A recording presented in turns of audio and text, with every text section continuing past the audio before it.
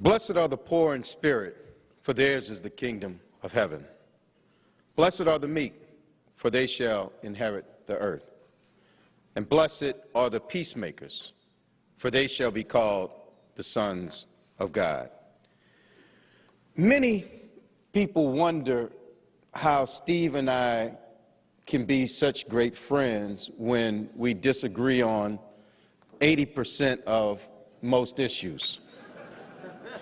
And let me clarify that.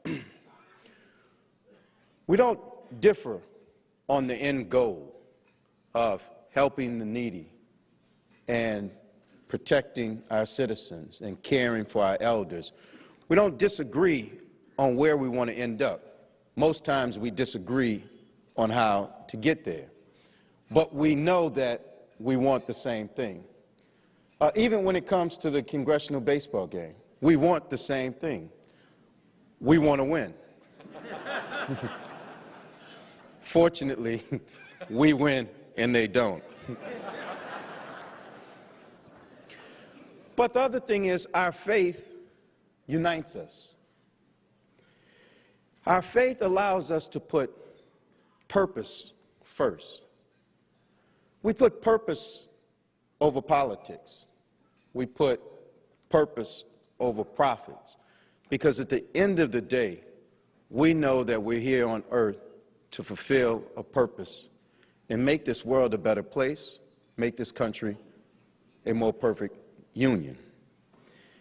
We also agree that we were all created in the likeness of God.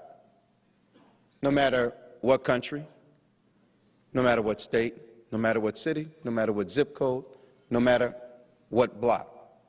We were all made in the likeness of God.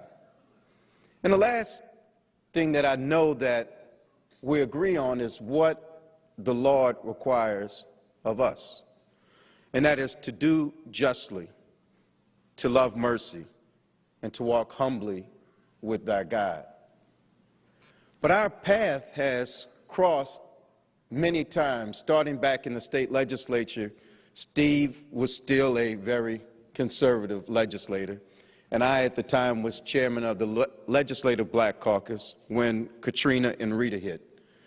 And it was in those times of need and struggle, where our people were the most vulnerable that they've ever been, that we forged a connection. And the connection was based around the song, really, Lord, don't move my mountain, but give me the ability to climb. Lord, don't move my stumbling blocks, but lead me all around. And when you think of that song, we're asking for God to give us the ability to fix what needs to be fixed. And here in Congress, we should sing that song every day. And speaking of days, I'll just go back to that day of the shooting, when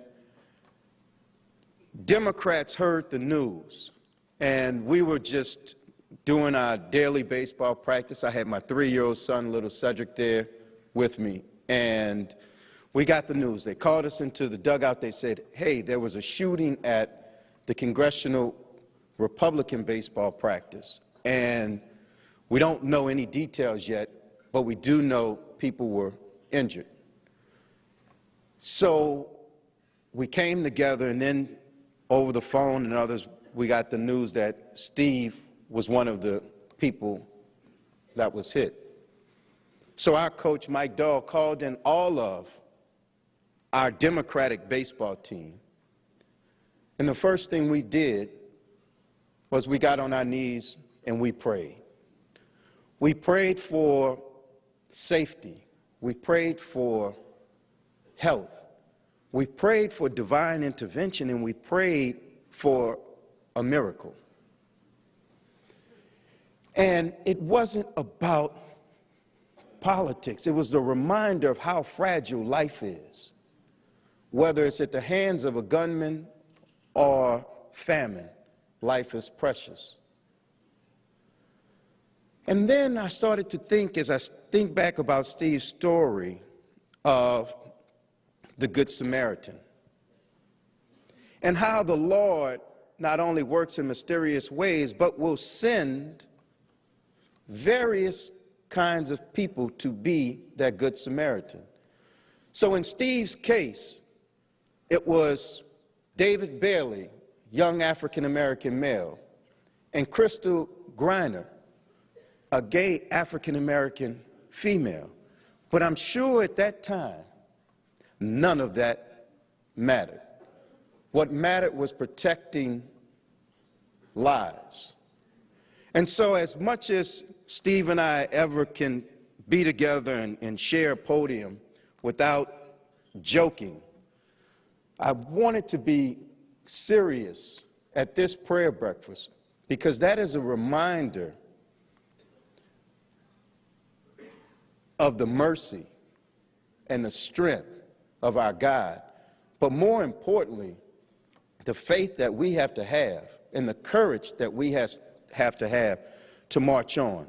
And I'll tell you, when I got to the hospital, and I think I was the first member of Congress at the hospital, and the only thing I could think of, crazy enough, was not Steve. I was thinking about his wife, Jennifer, and his kids, Madison and Harrison. How do you tell them what happened?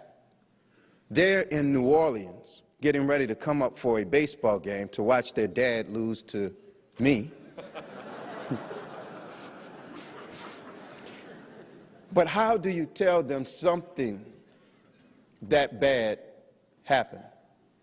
And as we gathered in the hospital to continue to pray and work out Jennifer and the kids getting here, the one thing that I knew about Steve was his faith in God, his love for his family, and that it would take a lot more than one bullet to keep him from his family and to make him question his faith. So with that, let me bring up my dear friend, a so-so baseball player, but a great man of faith and a great leader for our Republican Congress and the Majority Whip of the United States Congress, Congressman Steve Scalise.